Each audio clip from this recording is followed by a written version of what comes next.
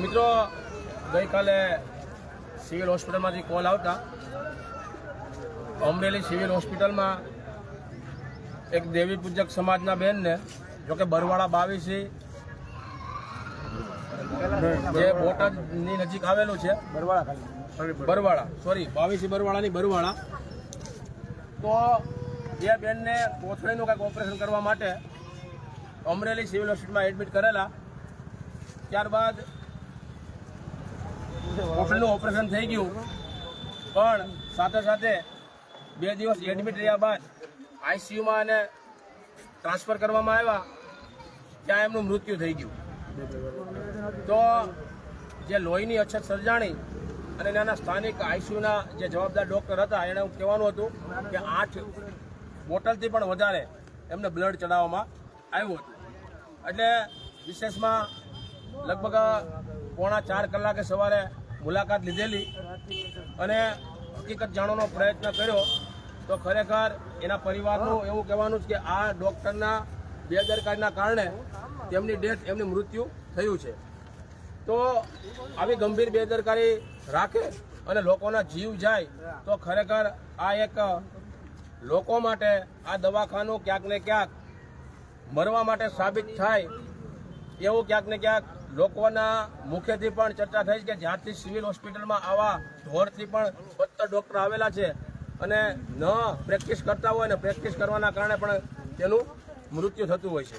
તો વિશેષમાં જ્યાં એની પરિવારની માંગણી એવી હતી કે એને જેની બોડી છે એ બેન તો અત્યારે ડેથ થઈ ગઈ, પણ એ એમ કહે છે કે એના 4 સંતાનો છે નાના, એને ન્યાય મળે, 5 સંતાનોને એની અનુસંધાને એને વ્યવસ્થિત ન્યાય મળે અને બાળકોને ન્યાય મળે.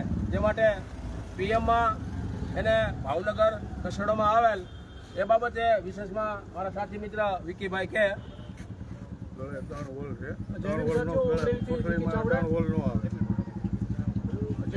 ઉમરેલીથી વિકી ચાવડા. ગઈકાલે રાત્રે મારા સાથી મિત્ર વસંતભાઈ ચાવડા, ભરતભાઈ બારોટ, ભરતભાઈ કાચરિયા, હાર્દિકભાઈ સોલંકી આ બધા મિત્રો રાત્રે આ પરિવારની મુલાકાત આવ્યા હતા. આ બાબતની જાણ મને સવારે આઈબીમાંથી થતાં હું પરિવારની મુલાકાત કરી. ત્યારબાદ અમરેલી સુપ્રિન્ટેન્ડન્ટ જીત્યા સાહેબની મુલાકાત કરી, મેનેજમેન્ટમાં દિનેશભાઈ કાપડિયાની મુલાકાત કરી. પરિવારની જે કંઈ ડિમાન્ડ છે, પરિવારે કીધું કે આ બેનનું જે મૃત્યુ થયું છે એ ચોક્કસ કારણ જાણવા માટે આ ડેડ બોડીને ભાવનગર સિવિલ હોસ્પિટલમાં ફોરેન્સિક પીએમ માટે મોકલવામાં આવે છે. અને અમરેલી સિટી પોલીસ સ્ટેશનની અંદર આમની એડી પણ દાખલ થઈ છે. હાલ અત્યારે મામલતદાર છે એ પંચનામું કરે છે અને થોડી વારમાં આ જે બેનની ડેડ બોડી છે એ ભાવનગર ફોરેન્સિક પીએમ માટે મોકલવાની છે અને ફોરેન્સિક રિપોર્ટ આવ્યા પછી જે કોઈ ડૉક્ટર જવાબદાર છે તેમની સામે કાયદેસરની કાર્યવાહી કરવામાં આવશે. આ ભાઈનું જે કહેવાનું છે 3 હોલ પડ્યા છે. ફોરેન્સિક પીએમમાં જે કાંઈ રિપોર્ટમાં આવશે તથ્ય ત્યાર પછી આગળની કાર્યવાહી કરશે એવી પોલીસ તંત્ર અને ડૉક્ટરે ખાતરી આપી.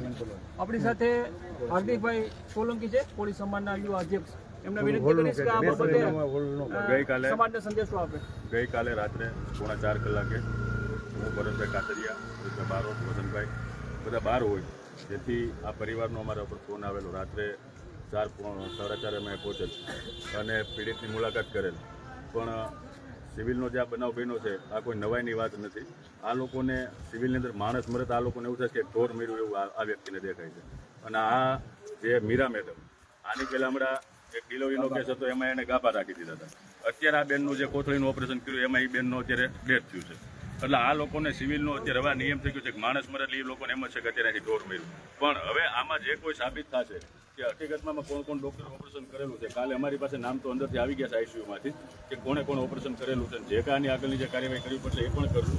અને કોથળીના ઓપરેશનમાં હકીકતમાં એક જ અહીંયા હોલ આવે છે અને પણ આ લોકોએ તો 3 હોલ ગળે કરેલા છે, જેના અમારી પાસે સીસીટીવી ફૂટેજ સિવિલના આઈસીયુના છે અને અમારે ફોટા પાડેલા છે. એટલે હવે આગળ જે કાંઈ કરવાનું થશે એ અમે તમને જણાવશું. પણ હવે ટૂંકમાં આ સિવિલને હવે મૂકવાની થતી નથી. જૈન મિત્રો, કાલે રાત્રિના 3:30 થી 4 ગાળામાં અમને કોલ આવેલો કે દેવી પૂજક સમાજમાં આ એક બેનનો બેદરકારીથી મૃત્યુ થયેલો છે, ખાસ કરીને સિવિલની બેદરકારીથી. હમણાં જ મિત્રો થોડા સમય પહેલાં જે ગાભા કાંડ આપણે જોયો, જે કપડા કાંડ, જે શરીરમાં કપડું રાખી દીધેલું, અને હજી ઠંડુ નથી થયું તો આ બીજો કાંડ આવ્યો કે હચોડો જીવ લઈ લીધો સિવિલે. અને અમે રાત્રે ભરતભાઈ કાતરિયા, વસંતભાઈ ચાવડા, હાર્દિકભાઈ સોલંકી, હું ભરત બારોટ, અમે રાતના 3:30 થી 4 વાગે આવેલા અને 1 કલાક સુધી અહીંયા રહેલા અને રાતના બધા ડૉક્ટરોને પણ જગાડેલા, પીડિતોની મુલાકાત લીધી, લાશની છાનબીન કરી અને છાનબીન કરતાં ખબર પડી કે ડૉક્ટરની ખરેખર ભૂલ હોય. એક બાટલો લોહીનો બહુ મુશ્કેલી ત્યાં સિવિલમાં મળે છે અને ડૉક્ટરોએ 8 બાટલા લોહીના તાત્કાલિક ચડાવે કે પાછવાનો જીવ આવે અને ડૉક્ટરો કદાચ બીજા બધા બચી શકે, પરંતુ આ ડૉક્ટરની બેદરકારીના લીધે એને લોહીના બાટલા હજી 3 બાટલા જમા છે અને એને સારું સાબિત થવા માટે થઈ અને એને ખરી માર્ગ લેવા માટે થઈને ઘણો પ્રયત્ન કર્યો ફરીવાર જીવાડવાનો, પણ બેન બચી શક્યા નહીં. હું તો એવું માનું છું કે આ બેનને ન્યાય મળે અને ખરા અર્થમાં જે ડૉક્ટરોની વાક છે એ ડૉક્ટરોને કાયદેસર સજા મળે, બસ એટલું માંગુ છું. જય હિન્દ, જય ભારત.